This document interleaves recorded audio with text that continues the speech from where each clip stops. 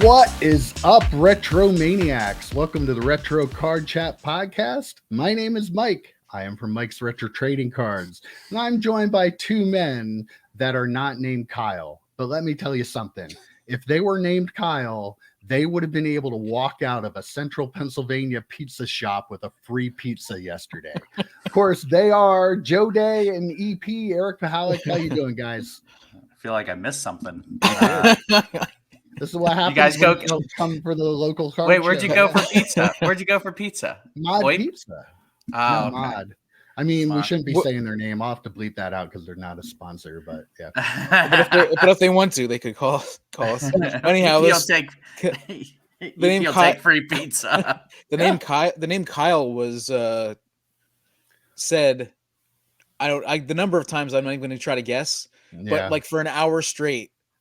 Like Kyle was said before I got my pizza. They're calling for Kyle to show up, and Kyle just never showed up for his pizza apparently.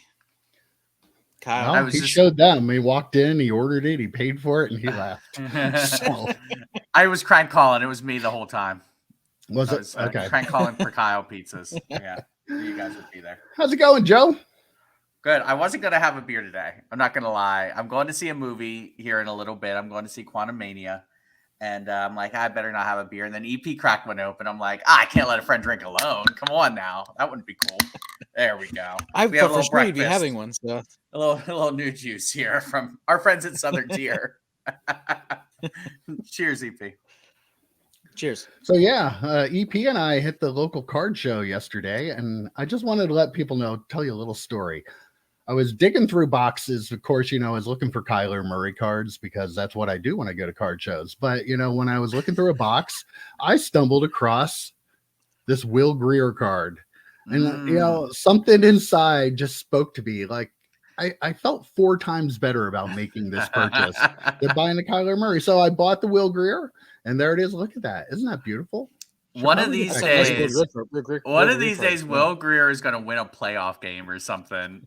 And that Jeff Wilson is going to play that clip and say, see, I told you all these years later, I told you he was going to be worth 4 times. I think he might be running out of time, but yeah. Maybe it's a little bit. I don't know. I'm betting on Tom Savage. So channel friend, Tom Savage. He is our favorite. Yes. Speaking of friends of the channel, Mike, so I think this Friday, what is this Friday? This coming Friday, depending on when you watch this, but it will be, look at us, this is great for podcasting. Friday the 24th, we're going to be dropping our second 8 questions video. Very excited about that. We've got friend of the channel, not Tom Savage. Pretty close, though. That'd be great, though. We've got Dustin, a.k.a. the Sports Card Dad, coming on. So that's going to be fun. We recorded this, a couple weeks ago at this point. Really, really fun video. Really excited for this one. So please mark your calendars this Friday. We're going to have the Sports Card Dad on and answering 8 questions. Should be a good time. Absolutely. That was a fun one. That's happy to get that up and let people see that one. Yep. I also have an announcement too. The channel's expanding a little bit. I'm going to be adding another podcast to the station. I'm going to be doing a monthly wrestling card podcast. Everybody knows that I'm a big wrestling card fan, and in conjunction with Husker Habs Wrestling Cards, they're an online seller. I mean, this guy Anthony is like a walking, talking wrestling card encyclopedia. So I'm actually excited to do it because I'm going to learn stuff when we do the podcast. But that's going to be dropping probably the first Thursday in March. We're getting ready to record the first episode this week and looking forward to that. So if you just love hearing the tones of my voice, or if you like wrestling cards, whatever it is, make sure you check that one out. So the best part about this new podcast, EP and I don't have to talk about wrestling cards anymore. Like we were like, no, I'm still gonna bring up. Oh, wait a minute! I thought the whole point of expanding the Mike's Retro Trading Cards universe was so we didn't have to talk about wrestling cards anymore. I'm hearing we're still going to have to. No, just so I can talk about it more. Oh, okay. All right. My name's on the sign. I don't have a programming announcement, but I do have a question for you guys that I've been pondering all morning, and I was saving it for the beginning of the pod here. I use at least once a week the word mother trucker, either in text form or say it out loud or say it to myself. It's one word. Just one. But okay. I'm hoping this isn't a Mandela effect thing where I'm the only person that remembers. You guys know what that's from, right? Do you know what that's from? Is that from The Good Place? No, that'd be Mother Forker. No, that was what they used. But okay. Do you guys remember back in the 80s and 90s when they would bring movies to network television and they would dub over the curse words? Okay. Oh yeah. Okay. All right. Just making sure you guys that was that's one of my favorite things to think about, and I love to say that word just as a homage to those movies and to. I thought he was going to somehow spin this around into a card story. No card stories. No. All right. I used to be a big fan of like the Japanese monster movies that they brought over and dubbed into English. So I watched them every day after school. They were always like a half a second behind. Oh yeah, way behind. But they're you didn't care when you're 8 years old. You're watching that stuff. Right. I mean, Goldar, Silvar, and Gam. Like I forget what that show is called, but Rodak was the bad guy. Whatever. Somebody will know it. Tell me in the comments. I can't remember what the name of the show is. So Joe and I have a question for you, EP. Yeah. What's going on with Fernando Tatis Jr. cards? They didn't go down nearly as much as we thought. There was like a sale right after the news came out. That was like a 235. The card that we were looking at and we were going to potentially buy, but I'm not sure if it's really there. Was the Bowman's Best Rookie Auto Refractor PSA 10. Like that I think that was, I mean, the regular Bowman Chrome first and the Topps Chrome rookie cards would definitely be more fluid, but I thought this was a good entry one for us to use. But the price difference is like the prices right now, the average last 5 sales, $778. And the last 5 sales before, like I'm talking like the last sale was August 11th. Just before he got popped on like August 12th or whatever. The last 4 sales before that were $1,100, $375, $590, and $525. So I don't think there's. I mean, there are probably more of those $1,100 ones in there, but the average difference, like it's like $170 based on those sales. So in other words, you have a lot of people who have a lot of money tied up into it, and they're saying, you know what, we're going to wait this out. We're not going to dump. Yeah. I think, as I said, I think there are a lot of people softening on the steroid issue, and I feel like somebody like Tatis, who's very, very likable, is going to get more of a pass than people like Roger Clemens and Barry Bonds, who weren't as likable, kind of thing. And especially now, so many years past that whole era, I feel like unless he gets popped again, if he gets popped again and gets suspended again for 80 games, then then that's a huge chunk. That's a whole season of his career that's gone and starts to hurt his Hall of Fame careers. So what you're saying, EP, is we should take the money we were thinking about investing into Tatis and buy something else collectively, because there's not a big possibility for us to pop on that one, right? Right. I mean, I have a feeling that his future is still baked into his current prices. Like I said, there was in the last 5 sales, there's $1,101 sale. This is again PSA 10, and then in the 5 before his he got popped, there was another $1,100 sale. So it's like they're pretty much in the same range. Yeah. If you can find one for a deal for like $300, there was a sale $474 in the last 5, $474. If you can get one at that price or whatever, then maybe. But you're gonna, you probably have to stick around auctions and that sort of stuff. They didn't drop nearly as much as I thought they would. I do want to point out too, though, when you're making your point with a pen in your hand, you come off as a lot more credible. I swear to God, I thought that too. Did you guys see that? Did viewers notice that? Look at that. And this is going to be a thing for the entire podcast. That should be your gimmick. Absolutely. Like, people are going to be like, who's Jeff Wilson? He doesn't have a pen in his hand. Right. Like, why is he telling us what to buy? That's like he's the guy I want to listen to. That's like how Matt Patricia got that head coaching job with the Lions. He had that pencil in his hat. I know. And people were like, oh, man, he pulls that pencil out. That was a great gimmick. That's how he got the job. All right. Well, I think we actually have stuff to talk about here today. I want to start things off with a subject that's really near and dear to our heart. I think our little podcast here with our, 500, a little under 500 subscribers and our maybe 150 views a week, we're influencing the entire hobby, apparently. Did you guys notice this? Sports Card Radio recently did a video about wanting to get back into buying and selling cards, and their whole plan is to buy lower end stuff and make the money off it that way.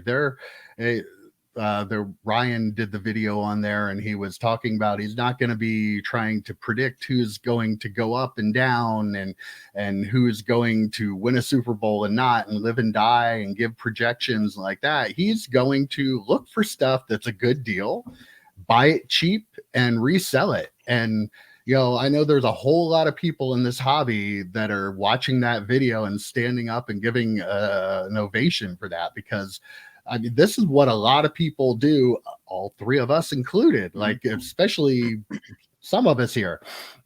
But they just like, this is the way, like talking about how you don't have to worry about the fluctuation in pricing when you're buying these cards, like not having to worry about what it is, who it is, what they're doing. The big thing is to just find the deals that are out there and take advantage of them and flip the cards that way, and you can make a lot of money. He used Burbank sports cards, like we all know them. They're gigantic, and like almost all of their card sales are low end. Like they sell commons, they sell minor stars. They're talking probably, I'd love to know the percentage of their sales that come from cards that are like under $10. And they're not impacted by the changes in the market overall, and it's a much more long-term sustainable way to make money in this hobby. And some of us call it the grind. I've seen that used a lot, but man, there is money to be made. We've been saying it all along. People love lower end cards. People can buy lower end cards. This is right up our alley. And I'm really happy to see this coming to the forefront from a bigger channel like that. Speaking of Burbank, I actually bought several cards for our little contest that we're doing from Burbank. So low end cards, hey, that's our wheelhouse, man. Welcome to our wheelhouse. This is what, especially EP loves talking about low end cards. Mike, you do a lot of sack sales with low end cards. I don't do as many, but the great thing about low end cards is you could have a card that you pick up for $1 and then flip and turn and sell it for $2. Easy. We all follow IMO Mitch. He's another sack sale who we look, and that's the dream, right? He puts out cards that we just have sitting in boxes, and he gets people because you build that audience, right? We've done videos on stack sales before, but the whole idea is someone's going to love that $2 card. Someone's going to pay $1 for a $2 card and think it's the greatest thing in the world. They don't care if the guy doesn't win a Super Bowl. They don't care if the guy's going to retire tomorrow or whatever. They are so thrilled to add that card to their PC, no matter what it is, who it is. They collect them for different reasons. We did a whole short prints on this, why people collect and how they collect differently. Going low end and being able to buy a lot of stuff that makes you happy. Absolutely. Why not? And the one last point, Sports Card Dad, since we mentioned Dustin at the beginning, actually referred to buying low end. Is that the new sexy or something like that? Like, really? I mean that's us. That's us. Yeah. When I think sexy, I think this channel. New sexy. New sexy. The new sexy. New sexy. Definitely think about the whole dad bod thing. That's very in vogue right now. So. Yeah, as Joe said, like this is where I live. Like I love all these cards, and I said to Mike yesterday that like if you can use eBay and you go with the right price, you're going to be able to sell a card. Like you're going to find a buyer for a card. I mean, they're players, whether they saw the player when they were in high school or they saw the player when they were in college, or they're just a fan of that team and they, that was one of their favorite players when they were growing up, even if they never had a Hall of Fame career. You're always going to find somebody, and like to not have to, like I never have to worry about my cards going from a $10,000 card to a $5,000 card or even a $1,000 card because somebody did something stupid, or somebody got hurt, or somebody got popped for PEDs. Just because I think it's better for us with the older stuff, the stuff that we like to collect from the 90s, because there were a ton of Hall of Famers, and there's so much of the newer stuff out there that I think it works better for that. But I also think that there's a lot of opportunity with some of the even the newer stuff, selling lots and stuff like that on eBay could also work. Oh yeah, definitely. I mean, I'll get into it a little bit later, but like, I have cards like a lot of the newer stuff. You have all the people that are looking for the big hits, and they're more than happy to just get rid of the rest of the stuff they have in there. Mm-hmm. Like, that's a real opportunity for people like us that like to buy stuff, sell low end stuff, because there's a lot of like star players, Hall of Fame players that they put in there, not numbered parallels, but take Mosaic. Like, they have the different colored Mosaic cards out of it. Like, you get a couple of the different colored ones of you can get tons of cards that you could sell for $1 or $2 a piece out of what people consider as junk, because they're only looking for those high dollar cards, and they're only looking for the short numbers and the autographs, and even some of the memorabilia cards. Like, if it's not anybody they care about, they just whatever, it goes in the junk box. So there is a real opportunity, not only with the older stuff, but with the newer stuff in particular, just because of how the hobby's become, where people are looking for that big hit. And if they don't get it, they just consider, like, how many times on Twitter have we seen people ask, what do I do with all my base cards? Yeah. There are a lot of breakers that throw them away. There are people that throw them away. Yeah, there are. Well, people sent me, I bought, like I say, a $15 card. They sent me cards, not as a free gift, just to get rid of base cards. Yeah. Guess what I did with those base cards? Sold all of them in my stack sales. Right. I did. Yes. I made Same. Yep. The money that I got from selling those just throw in base cards paid for the actual card that I wanted. Yeah. I had somebody who like put some like regular tops, like wrestling cards around mine, like 3 on each side. There was like Rock, Stone Cold, Undertaker. I had like 5 or 6 cards out of that order that I bought a different card, and they just protected them with that I sold in my stack sale. Yeah, and you see people on Twitter too who are upset about getting the base cards. Yeah. Like, oh, why would you? People got to stop putting base cards in my package. I didn't order the base cards. Yeah. Like, what are you? You have no. First of all, if you're doing that, like, shut up. Like, if you don't want to throw them out, or do something with them, or like, shut up, or get some imagination, and sell them. Like, think outside of whatever kids, it is. Donate them. Like, there's so much you could do with it. But. Or use them the way they were used for you, because I'm sure you sold a card too, and use it as protect. I mean, whatever. I mean, the people that complain about people like that just like to complain. I mean, let's be fair. Yeah. Anyone who's complaining about, I got free cards in the mail with the card I paid for, and that's the end of my existence. Like, my mind's blowing. And like, they typically get ratioed whenever they do that, but I'm using a hip term to show how young and hip I am. But like, I mean, they don't usually get a lot of people that are agreeing with them. That is one of the good things still. But like, I can't imagine going to Twitter to complain about that. Like, if you don't like what they sent you, just throw them out. Like, I can't imagine going to Twitter to complain about a lot of things people go to Twitter. Those 4 cards. Oh my God. Do you know how much extra a month I have to pay for my garbage pickup? But I mean, there's like a lot of opportunity out there, and you have to look for it. Like, don't just assume like that making money in the hobby is buying $1,000 card and selling it for $5,000. Like, that's easy. Nice if it happens, but you don't have to do any work. That's easy money. Yeah, that's what people are looking for. They're looking for the easy cash. You have to do a little bit of work if you want to make some money doing this. But if you're willing to do, and come on, is this really work compared to no? Like, what most of us, compared to what we do for a living, would rather work on our cards more than if I could make a year what I make at my real job, buying and selling cards, sign me up. I know. To EP's point earlier, there's a collector for everyone. What's the expression I use? There's a lid for every pot, ass for every saddle, right? Like, I sold a 20 card Doug Flutie lot on eBay for like, it ended up being like 40 cents a card or whatever.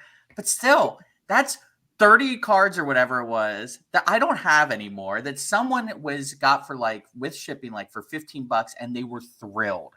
They got, a PC guy for them. Very, very cheap per card. They were ecstatic about it. Got feedback as soon as they got the package. Oh, this was awesome. I love these cards, blah, blah, blah.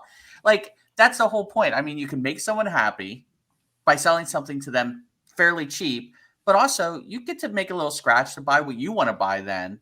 It just makes sense. It just makes sense. And you don't have to spend thousands and thousands of dollars on either side of it as a buyer or the seller. You don't have to spend that big bucks. I think it benefits us the time when we collected, because there weren't a lot of opportunities for $10,000 cards. Like, you couldn't go spend $2,000 on a box of cards. There weren't very many opportunities to spend $2,000 on a box of basketball cards or whatever back then. Oh yeah. So, and I feel like, so we know the grind. We've known the grind, and I think that makes it a little bit easier for us. Where some of the newer collectors that have come in, they only know it as, I need to buy this $2,000 box to get the $10,000 card, kind of thing. That's a question for you, Mike. Then from running the shop, what do you remember someone opening up a box of cards or packs or whatever and had like a, holy shit, I cannot believe you just pulled that card, run to the bank right now, like put in a safe? Like, was there, I don't feel like there was that type of card back then. Even 101s weren't even considered like massively ridiculous. I mean, people pulled some really good stuff. Like, typically it was like, a numbered rookie card out of SP or like an autograph and stuff like that. Like, I pulled a couple myself. Like, I remember I pulled Ichiro rookie autograph out of SP the one year, and I pulled a Patrick Waugh like patch card autograph out of the SP hockey the one year. But I mean, it's not like it is now. Like, you're not getting the Justin Herbert 101 that somebody's going to pay $1 million. Exactly. So, like it wasn't like, oh my cards. God, you're rich. Like, you can, you're set for life. It was like, wow, look at that card you got. That is an incredible card to have. Like, just doesn't really translate. It wasn't like when you pulled those cards, you didn't turn to your dad and go, "We're closing up the shop. This was life-changing money. We just won the lottery. Let's get it." Like, you weren't doing stuff. It's like more, I can pay the electric bill. It's a $500, $800 card, right? Yeah. Right. Yeah. Right. Oh, well, like I say it all the time, you can make money on anything if you can buy it at the right price. And that is really the lesson to learn in all this. And I'm going to do something a little different. I'm going to throw it up here. Look at this picture right here of my trunk from the card show yesterday. I spent quite a bit of money at the card show yesterday, and I bought a lot of stuff. As you can see, I got a trunk full of stuff, but like, everybody was giving me deals I couldn't turn down. Like, this stuff that I put this money into, it was such a good deal that I had to buy it, because I'm going to put the work in. I'm going to sell this stuff, and I'm going to make probably a decent bit of money. If I don't at least 2x what I've spent on these cards, I did something completely wrong, because a lot of good stuff in there. Like, I got a tub of like junk wax, and it had a couple sets in it, and it had 3 1988 Topps football sets with Bo Jackson's rookie in it. Took the Bo Jackson rookies out of all of them. They're all really nice cards. Like, those sets alone will sell for $30 to $40 a piece. And I've got a big chunk of what I paid for that particular part of what I bought just in those 3 sets. So, like, it really pays to know what you're looking at. And thankfully I have a lot of knowledge of like the stuff from the time period when I had my shop. I can see things looking through a box of cards maybe a lot of other people can't, just because I recognize them because I used to sell them. So it gives me a little advantage over like people that didn't collect back in the 90s. You might see a card that was a parallel that somebody didn't know was a parallel, but you do because you remember it from back then. So yeah, but this trunk full of cards, wow, how about that, AP? I did buy a little bit, didn't I? You did. I was there. I witnessed it. It was something else. You were prodding me to buy. There was one where purchase. Yeah.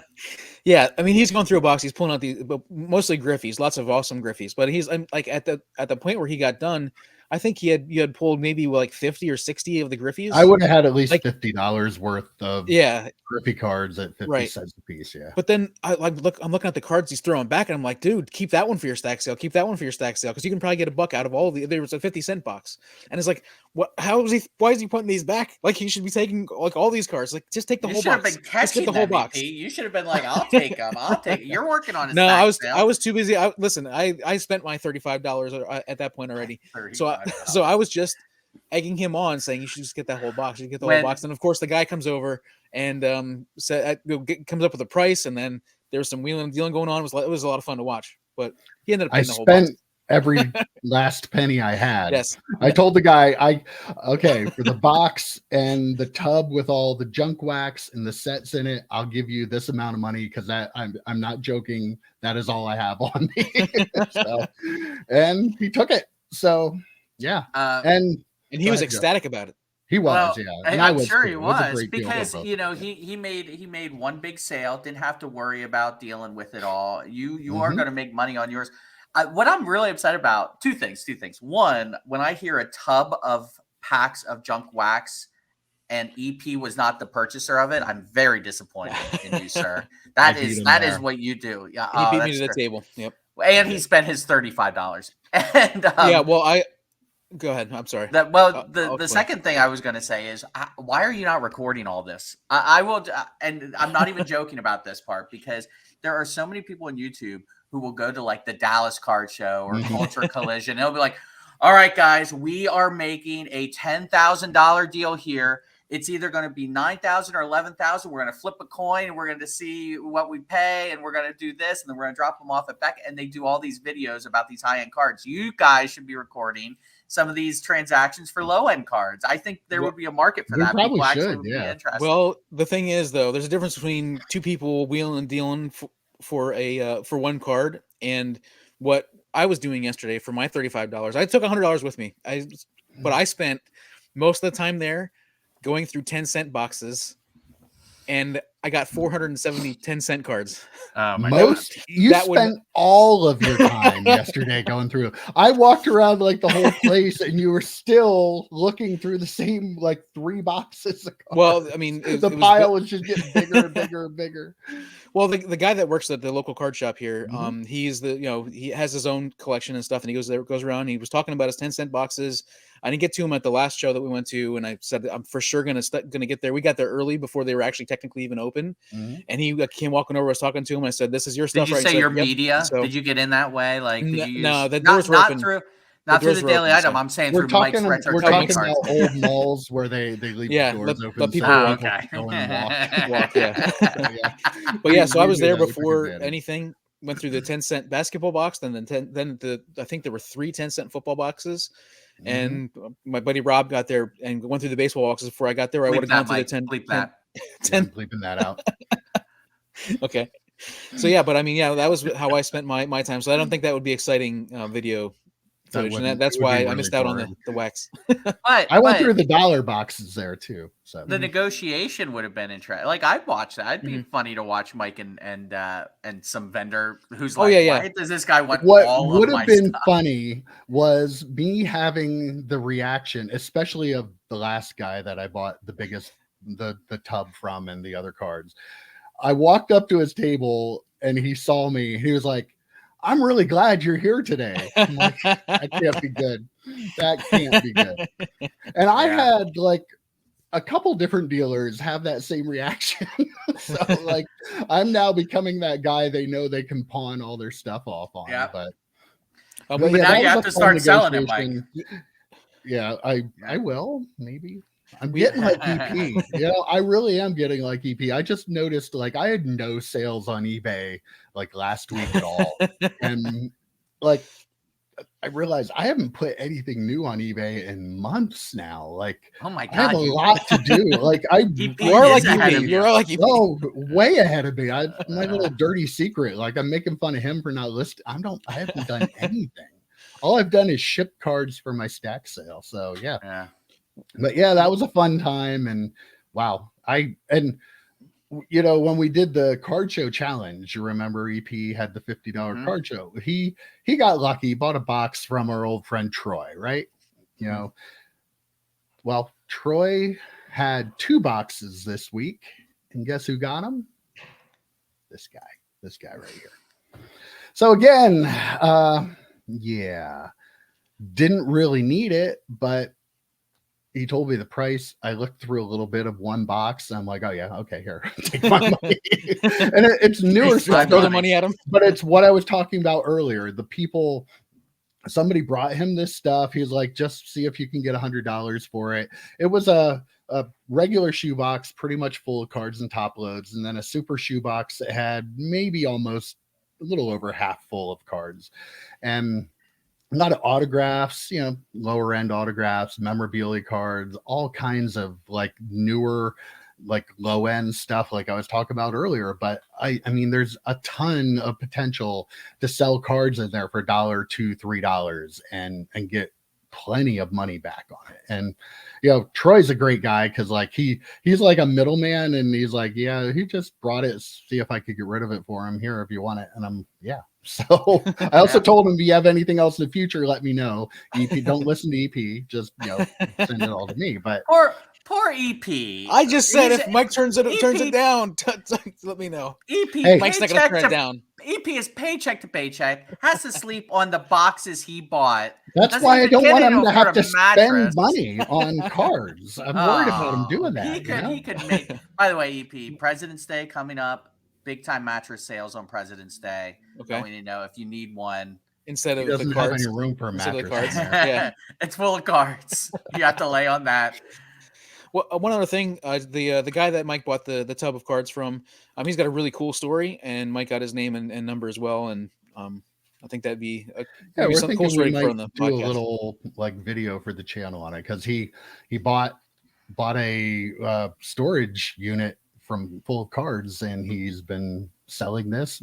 He wasn't really a card dealer. He was into cards, but he just kind of wanted to take a chance and do this and have some fun. Like, he's a great guy. He's very personable. Like, if you go to his stand, you're talking to him. He's not like those guys that just kind of stand there and don't even want to talk to you when you're looking through the cards, or give you a hi and that's about it. And yeah, really good guy. So we might do that on the channel if people are interested in that. I think it's a great story. So definitely.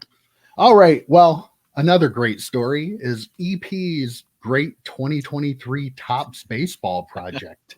We talked about it last week. We set up the whole spiel here. Then during the week, we had our first ever live stream, and thank you to everybody who joined that. I was actually kind of surprised with the number of people that watched live and the people that have watched it after.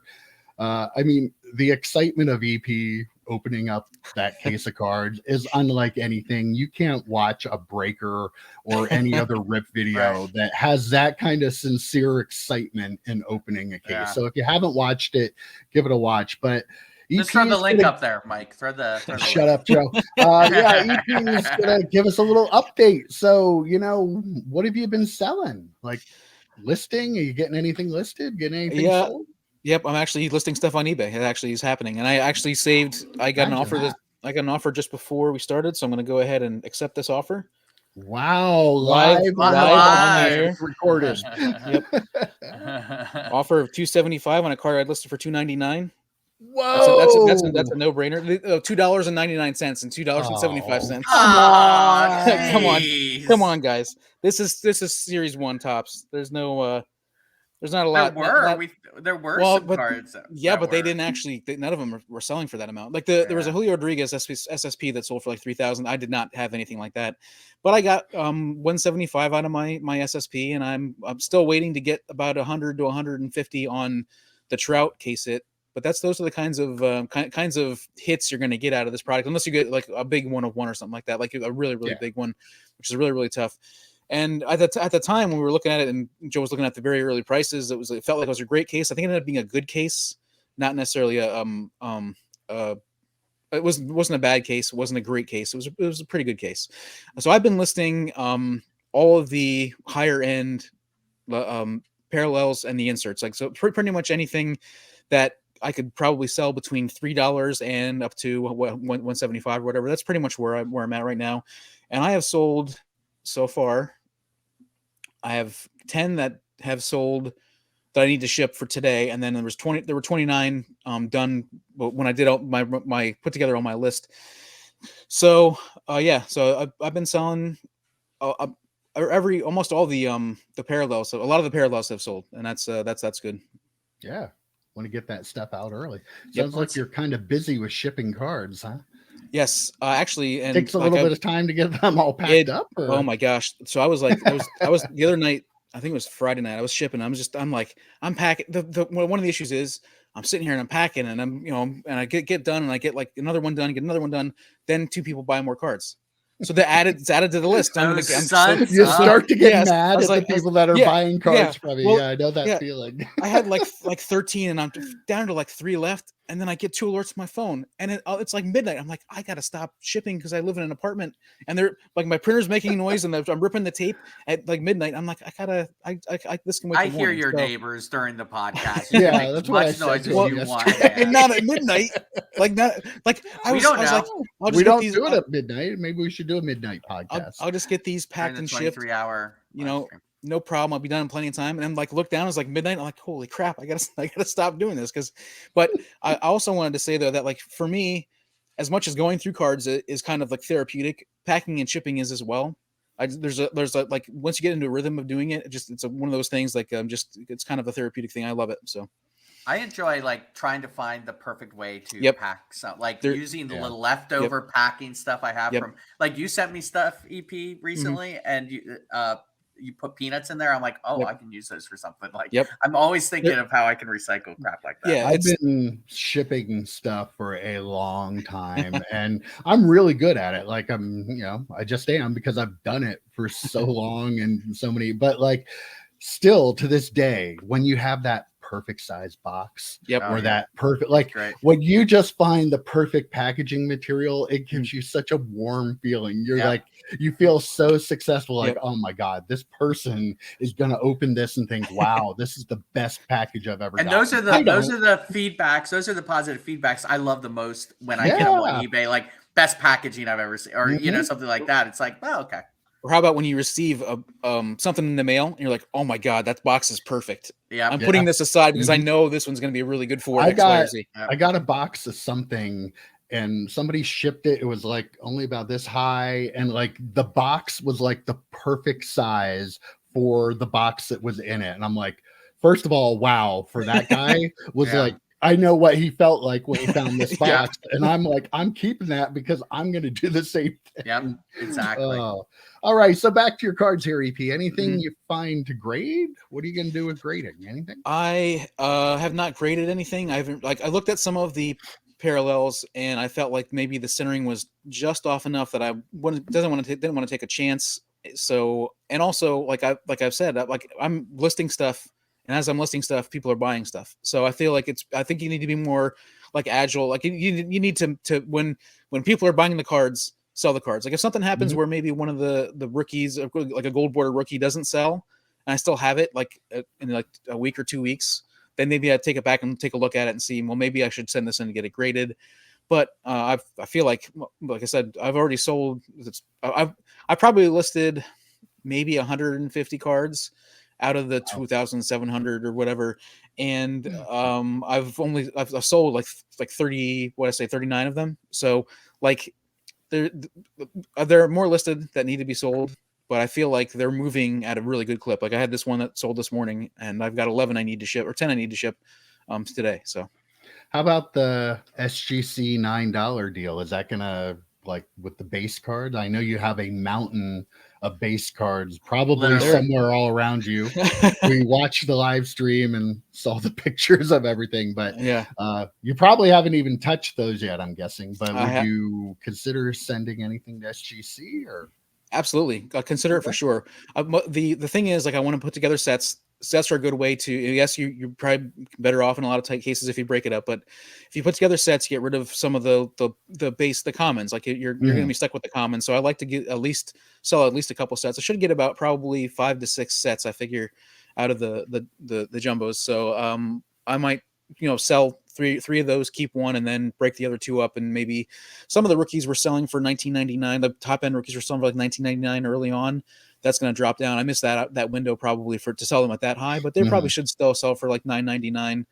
Which is more than their yeah. So I'll probably break some of them up, and I'm going to keep a set for myself, and I wanted to collate everything, and then kind of look at the rookies and maybe keep the best looking rookies for myself. That's why not? Yeah. Okay, the big question I think everybody's wondering. Where do we stand on the investment side of it? We know you have a little under $1,000 into it. So where are we at? Well, out of my sales, like I said, I've sold almost all the high end stuff. So I got $100 for the Nolan Gorman auto. I got 180. So these are the totals, like 187 for the SSP, and $80 for the Bregman auto. So I have another $80 for another auto, or the rookie auto. So I've sold a lot of the higher end stuff out of this product, and the total amount before eBay fees, I've sold $887. This is minus the 10 things that have sold ish, which I think they're going to be I'll probably make about $20 more there. So the after fees, it's $588. So with the $20 from the other ones, I'm over 600. So I'm more than 2/3 of the way to the $940 I spent. So not bad for one weekend. Yeah, for like 5 days. Yeah, that's pretty good. Because I haven't sold a single set. I haven't sold a single one of the base rookies, which are more coveted usually than the parallels in this product. So, I have 7 different U-pick stacks of inserts that I haven't listed yet. That's my next step, is to get them listed as U-picks, because they're some of them have some higher end players in them, but I have stacks of those cards, so I figured it's probably better to do them as a U-pick as opposed to listing them individually. So how you feeling overall then about this? Oh, I'm still over the moon. Like, listen, you open up a case of cards, like it's a great time. And I have done really well with selling stuff. There was a point where I thought about doing a bunch of auctions on Thursday that would end today at around like 7:00, but I didn't do that. It seems like all the auction sales are super, super low. Even for some usually of the really good stuff. It is, but back in 2012 when I was doing it, like the auctions were the things but on Sundays and Mondays it was the big deal, because like everybody was on and they were bidding, and they would get a huge amount of money. But there's a lot of auctions that I saw that weren't ending very well at all for anybody. So I just have been very I price them up a little bit, but then I accept anything like almost at half price, like.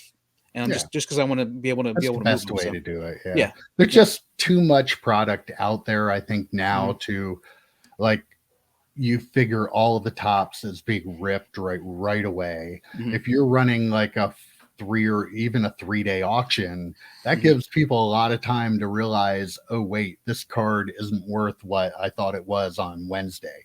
It's worth like half that now. So yeah, I can see where the auctions are probably not really the best way. I mean, we talk about that a lot. Right. Unless you have something really rare, like if you had the Julio Rodriguez SSP, maybe an auction would have been the way to go. Although I still recommend just throwing out a high now. Yeah, I mean, you said it sold for what, 3,000 or something? Yeah, 2 of them sold for 3,000, like back sales. Yeah, so, but yeah, like I said, back in 2012, like the auctions were the way to go, and I did really well with that. But this time, it seemed more like fixed price was the call. The one problem sometimes with some of these products is when people list things for a fixed price and don't understand what the card is sometimes. So, like, didn't you say someone listed like some SSPs for like $20 or $30? The same one that I have sold for $40. Like somebody sold it for $40. They listed it at $40. I'm guessing they had no idea what it was. They had no idea what it was. They probably opened one box or something and got it out of it. Thought, this is a 1 per box type of thing, and sold it for $40. And they didn't look to see what the other prices are. Like that's a huge thing you got to. So then that set, unfortunately, it almost kind of set the price a little bit, but you were still able to get a good amount out of yours, right? Yeah, I mean, almost everybody else had listed for like 300, between like two like 75 and 300. Then there's like there's like 2 sales I think of around 175. That's why I ended up taking that offer when it happened. So I was happy with 175. You know, eventually, at first I was like, "It's a $1,000 card," but I ended up being pretty happy with 175 on it, considering all the other stuff that I'd sold as well. And then the one thing that just the one last bit about this, I didn't really have. One of my things that I didn't have was like an exit strategy, like an end of this cycle thing for the last one. So I have so much of the base and a lot of cards left. And I think what I'm going to do is once this starts to cycle down and once the new product is either out or they're talking about it, I'm going to start listing these as auctions at $1.50 with free shipping and just, get kind of try to move that stuff. So yeah. Yep.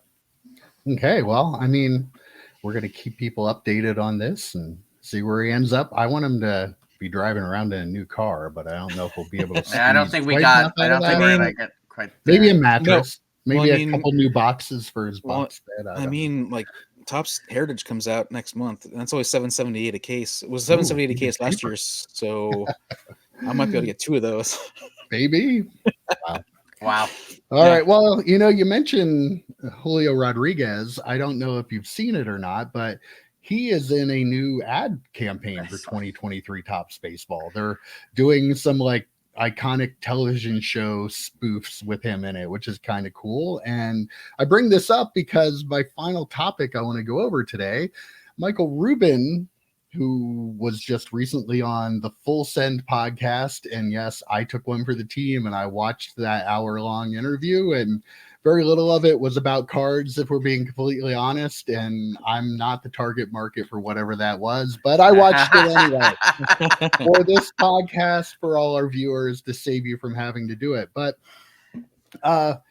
there've been some YouTube content creators talking a little bit about it. Like, there really wasn't much in here other than stuff we've talked about before. Like, we started this podcast on a Michael Rubin interview, which was much more in depth about the card collecting. And he's still saying the same stuff now that he was then. He wants to market this industry, and he talks about how it's never been marketed, and he wants to bring marketing and innovation to the hobby. And he said they're going to do more in the next year than has been done total in the last 7 years combined from all the other companies. And the television advertising, the commercials are only a part of it. Like, some people think marketing and think advertising. They're a little different. Advertising is part of marketing, but it's not all encompassing of what marketing is. And obviously one of his strategy is using influencers. We talked about this before, but like, I think some people have a little bit of a misconception.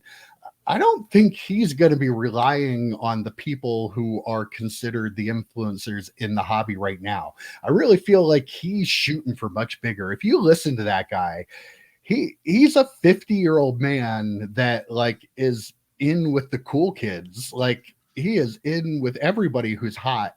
He's not going to have like your Jeff Wilsons and your other influencers representing him. He's going way bigger. He knows a lot of people, and I think he's going to be bringing big names in to be influencers to try to help the hobby. That's my opinion. I don't know what you guys think.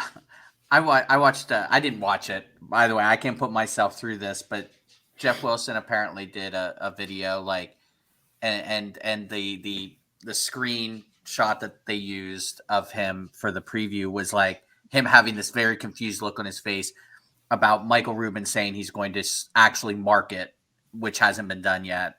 Something to that effect. Basically, wait, we've been doing marketing, right? Like, I think Jeff Wilson's getting a little nervous, perhaps, that his sway over whatever he has going on is going to be a bit lower than what he's used to or what he wants. I mean, I could totally see Michael Rubin, like you said, I mean, bringing in athletes, bringing in legit stars to come in, as silly as it would be to rip packs and watch, I don't know. I'm trying to think of someone who would be ridiculous. Peyton Manning. Peyton Manning just opened a box of 1998, and he was like, "This is." I'm not sure exactly when it was, or maybe it's coming up. But I did see a headline that he was opening a box, was going to try to rip his own, try to pull his own rookie card and talk about the rookie class and everything in those cards from that set. So, and like at the end of the day, who want, like, if you have opportunity from watching backyard breaks or watching like a current player, watching Julio Rodriguez open a box of 2023 tops. What do you think? Not just the YouTube like lemmings that follow particular people, but the general public. Which one do you think is going to draw more people in? It's going to be Julio Rodriguez every day of the week. So I mean, I kind of like that. I like the fact that if we're going to do influencing, let's do bigger. Let's do people who maybe are interesting even to us. Like, why are we just, going to use these same old yahoos who have been promoting themselves for the last how many years as the face of the hobby? Nobody wants that. Don't we want like better, you said, don't we? there are people that want it. I think there's a lot of that couple generations after us that do want those YouTube personalities. Like they are their superstars. They are their, they are their icons. You know what I mean? So I think that I'm talking about the sports card influencers themselves. Like if you talk about YouTube influencers, the sports card part of this is really minute. Like they don't have the followers or the reach that like the big ones do. Like you're not talking Logan Paul levels when you're talking about Jeff Wilson. He might be the big fish he might be the big fish in this little sector, but it's tiny. And Fanatics doesn't want tiny. They want the big fish representing it. So I don't get Ninja to do it. I don't believe that Michael Rubin would look at any of the people really right now that are the faces of the hobby and think that they're big enough to help him grow the hobby like he wants to. I mean, it just kind of common sense. They're a very limited market. Jeff Wilson isn't known to people outside of watching YouTube videos about cards. Like, if you're into just watching a baseball game, you don't know who he is. You know who Julio Rodriguez is. If he comes on and says, why don't you buy 2023 tops? You might have a lot better chance of selling it than having this other guy out here doing it. So that's my opinion, at least. I think they're shooting way higher. And I think a lot of these people are going to be a little sad, like that are big stars right now. They're going to find out that they're really not. I just hope that the athletes and stuff they get are actually like, they need to make sure they get people that are excited about opening them and that sort of stuff. Like they just can't have somebody just because they're a big name. Like that has to be somebody I think that with an interest. I believe they have to kind of balance the line between fun and serious, right? Like they have to actually take the card seriously, or it kind of defeats the purpose of saying you should buy these cards. These are awesome cards. They can't be like, oh, who's that player? Oh, I struck him out a bunch of, like there needs to be some level of sincerity and actually want to do it. I mentioned this on the very, very, very first podcast. AJ Dillon. I mean, he's not as huge of a star as what I'm guessing Michael Rubin's is, but you want someone like that. Someone who definitely collects cards, someone who knows how to take care of their cards, who knows about the grading and knows about how to rip packs, and someone who can kind of teeter that line between that sincerity and that seriousness and have fun with it too at the same time. Yeah. I meant somebody who was into cards, like more so than, more than a person, their personality, like somebody who actually cares about the cards, like that kind of thing. I think that's what I meant. So. I think like if you watching Michael Rubin, like it's hard to not get excited when that guy talks.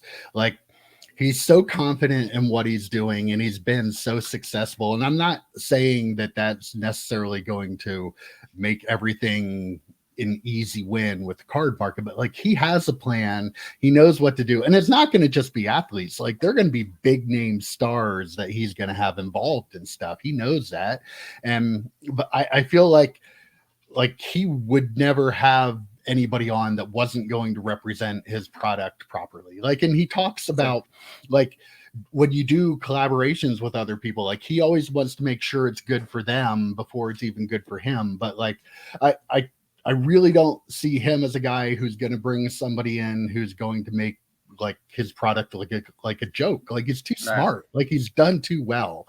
He knows better than that. So I know there will be an agreement there that, you're going to get this out of it and I'm going to get this out of it. And like, he has these relationships that like you wouldn't think somebody his age, like doing what he does has, but he like he just seems to have connections with all kinds of cultural icon type people. Like he hangs out and parties with like famous people all the time. So yeah, I EP think that does way. too. I I mean, mean, yeah, when true, EP drinks with us, he's partying with famous people. I mean, but I mean, again, I'm excited for the marketing of this product, and you know, I'm going to be out of the target range of what they're going to be trying to draw in, but still, I'm excited as a marketing person myself to see somebody doing something.